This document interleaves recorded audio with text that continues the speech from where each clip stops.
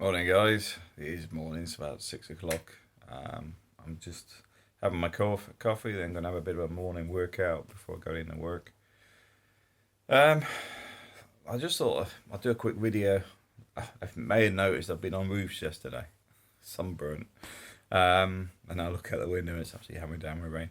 Um, I've noticed a lot of the media have already spouted out all this negative stuff about flying again because obviously Spain's opening up for not only the tourist season, but to make it easier for people to travel backwards and forwards for business, etc. Because the more flights, the easier it is.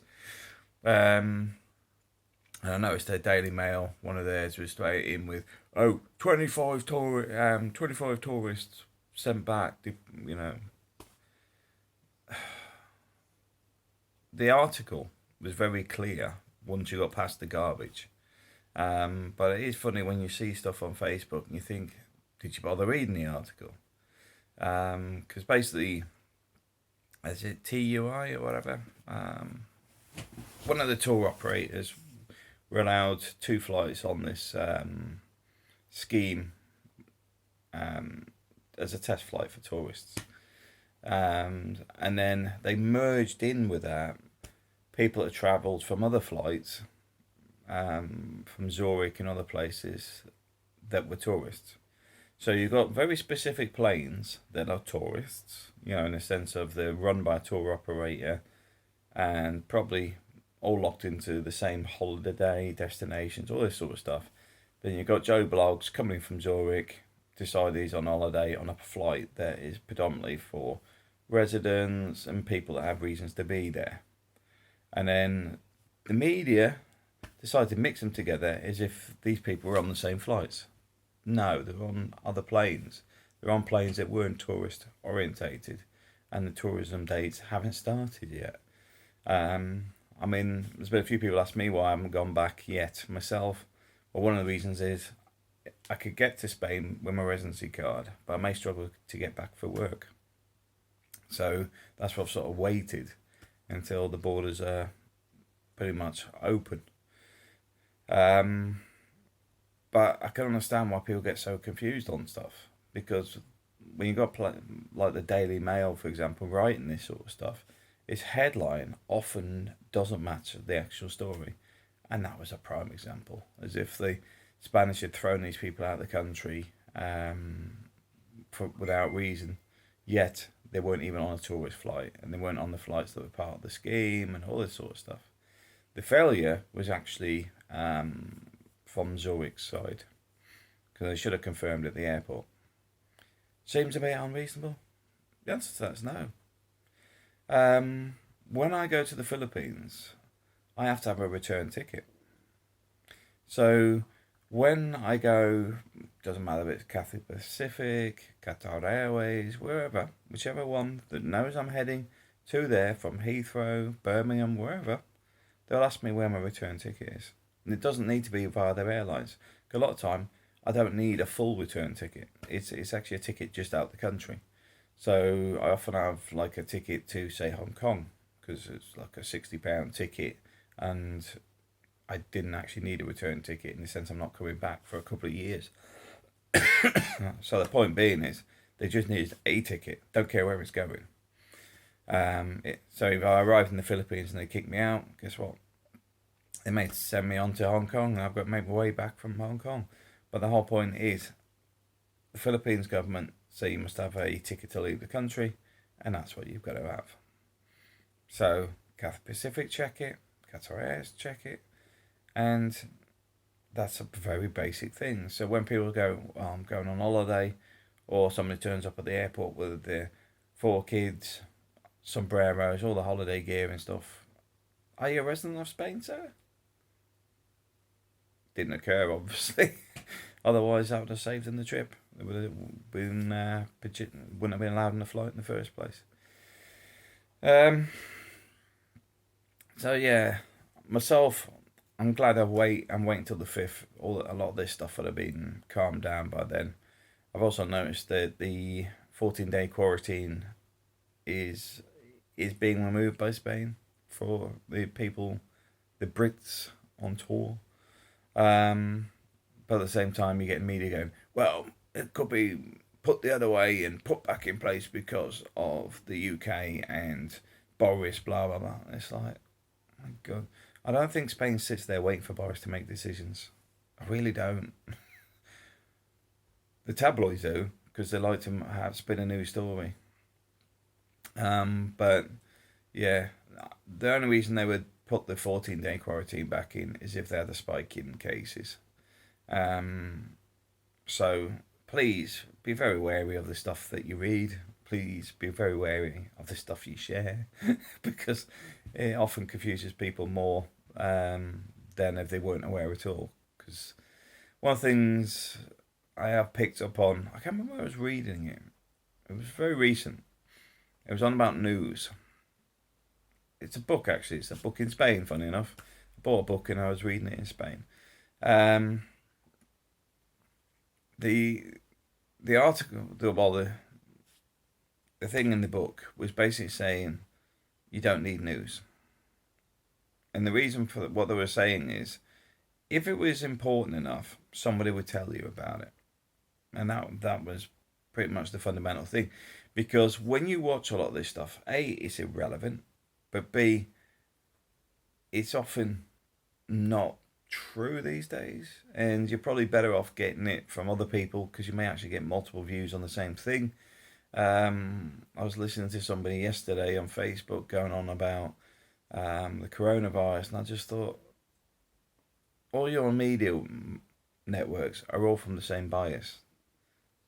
I can't trust anything you're saying because you haven't done any research. You've just gone in a very narrow viewpoint on your information. So instantly, I must be a racist, I must be this, I must be that. And I'm just like, all I said was your media is biased. These are all left to centre. That was it. Oh, you must be this, you must be that. Instantly on the defensive. And it's like, that says enough about it. Can even take the point that your media sources are all from the same bubble. Because most media today, news, come from entertainment channels. They're supported by funding through advertising, etc., etc., and have a political bias on them. They're not fully independent. As such, they lean left, right, and if you're lucky, somewhere in the centre. But even in the centre doesn't mean you get all the information because most news articles are too short. There's not enough research goes into stuff. And this is why you end up with people going, oh, I found this on Facebook. I found this, share it on Facebook. Then somebody will put something else, the complete opposite. Then somebody else will put some.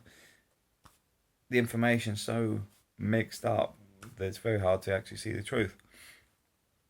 So the point of the book I was reading was basically the person who wrote it switched off from the news years ago. And it's had zero impact. Because even like, say, 9/11, when it occurred, your neighbours would tell you. Like, did you know? Because people love to spread gossip anyway. So the point is, you'll know about it within no time at all. So sometimes it is worth switching off from that. So just bear that in mind. I know a lot of the stuff we've had for the last 2-3 months is a constant regurgitation of the same information over and over and over again. And then there's a little bit of a change, which then drags you into watching it again. You get 10 minutes of new news and 50 minutes of stuff you've seen already. But predominantly, what you're watching's probably got a bias on it. I mean, I've got to admit, I've had to watch the news, and I hate watching the news. Because I'm involved with the schools, so anything I what's happening with schools. Are they staying open? Are they closing? Are there things that are going to impact the work that we do? Because the state is changing overnight because something happened Sunday afternoon with Boris. Because it can have that level of impact. If central government push something, it then rolls out across the councils, then rolls out to all the schools and all this sort of stuff. It's like now there's a bit of a debate on whether the unions prevented kids going back to the schools, and a bit of sabotage coming out of them against the government. I can't comment on that, but yeah, I can't comment on it. But anyway, I will be back in Spain. I have asked Ryanair as well if they mind me doing a video of my first trip back, so that people can see the sort of things that have changed at the airport, what it's like being on a plane in this current COVID situation. Just to give some people confidence of knowing what's expected, what's different, what you need. You know, you need to take your own mask. Do you need to take gloves as well? Do you need to wear sunglasses? I don't know. But at least then, if I can do that video, some people might find it very useful, because they're thinking, I don't mind taking the risk, but I don't know what I need to be doing. So that's the bit I'm sort of hoping and get Ryanair to sort of say, okay, yeah, it's all right to video up to a point. Obviously the security gates either side I won't be able to do, but the rest of it should be fine if they agree. Anyway, I just thought I'd do a little bit of an update today. Just be wary of the media, please, because a lot of the stuff they're doing is to sell newspapers, advertising space for the news that you're watching. It's often inconclusive.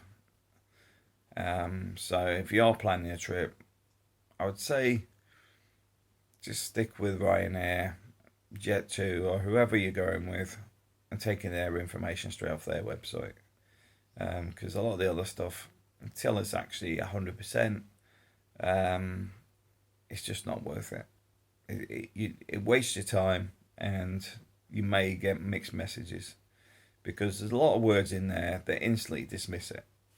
Possibly, could, maybe, considering, likely, our sources. These sort of words are saying that there's a good chance it's a made-up article, or it's been badly put together, in the sense of they're just quoting other stuff that they found within other news networks and simply just rewritten an article. It's just cheap media. But at the same time, it's not valid, in the sense of it's not Boris said Sunday, which is a confirmation. This has been put into law, is a confirmation. Spanish stuff, you'll see royal decree, it's actually giving you some way to get that information as confirmed. Very rarely you'll get that in tabloids and stuff these days. It's normally a case of